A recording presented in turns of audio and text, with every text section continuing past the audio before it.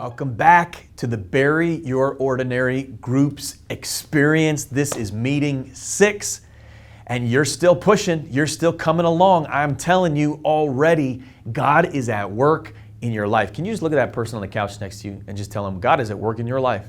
God is at work in your life. We covered a massive topic last week, and we got another big one this week. This week, we were reading chapter 7 together, and if you've got your book, we are on page 19. Hopefully, you're filling in your thoughts about the questions before we get there, and you're going through the application after these group meetings every week. I'm telling you, if you just stay with the process, God is going to use it in a transformative, supernatural way. The big thought for today, the key thought, is a heart that has been changed by the gospel will overflow with generosity. See, sometimes we think that generosity is just a ploy put out by the church so that, it can make money. God forbid, God forbid. Seriously, if you think that's the heart of our church, then you should go to a different church, or you should learn to really begin to hear the heartbeat of the leaders, because generosity is not something that the people should practice, but the leaders shouldn't. The leaders in the church should lead the way in generosity, because generosity is a picture of the heart of God. We serve a God who is radically generous, and our passion is to be like Him, which means that we need to learn to be generous. And so God teaches us that life is a stewardship, right? That we don't actually own anything, but we're entrusted by God to operate with what He gives us for His glory and for our good. And so habit number 5 is this: to structure your life around priority, percentage, progressive giving. Now, those might be new terms for you, and this idea of structuring your life around giving, I know, sounds very counterintuitive. Most of us structure our lives naturally around getting, right? I want to get a better job, I want to get a nicer house, I want to get a new car, or whatever it might be. Or maybe you're super responsible and you structure your life around savings. I got to save more, save more, save more.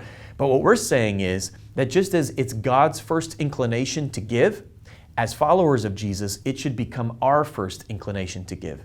And so Christy and I have practiced this for decades, where before we pay our mortgage, before we buy our groceries, we set aside a specific amount or percentage of our income to give away.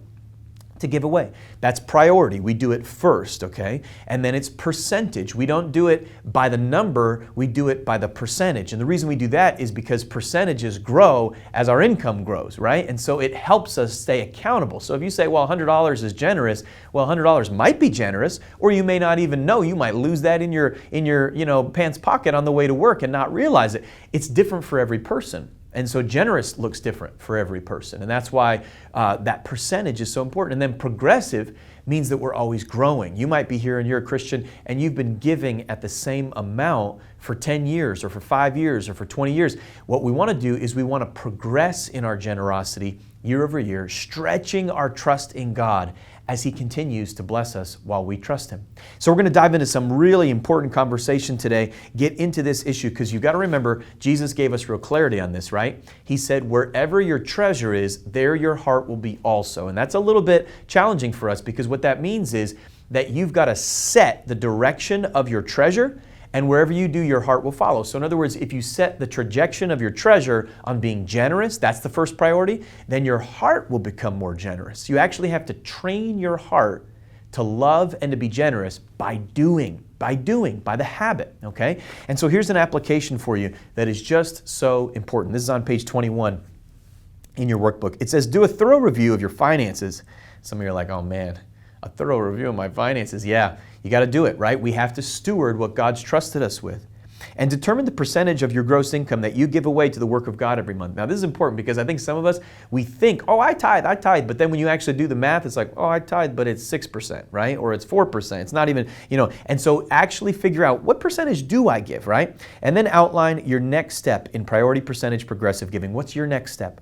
How much would you have to give to detach your heart from trusting in things and attach your heart to fully trusting in God? That's the big question. How much would you have to give to feel that pressure of having to trust God? Create a new budget based on your next step and begin using it this month. This will change your life. I am telling you, trusting God in my resources personally has stretched and grown my faith in a unique and important way. And it's so important for you and I to learn this and to grow together. Let me pray for you. You're going to dive into this topic. You're thinking, Justin, are you kidding me? I thought we were never supposed to talk about sex and money. No, friend, this is real life. This is real Christianity. We're burying ordinary and we're stepping into authentic, and it is time to talk about the tough stuff because these guardrails actually set us up to be fruitful over the long haul. Let me pray for you. Father, in Jesus' name, I pray for my brother. Give him courage to be honest, to be humble, to be transparent. I pray for my sister. Give her strength today. And God, as we dive into this topic of money, you would give us the courage and the grace to just be honest, to not pretend we're perfect or we have it all figured out, but just to dive in together. I pray your blessing in Jesus' name.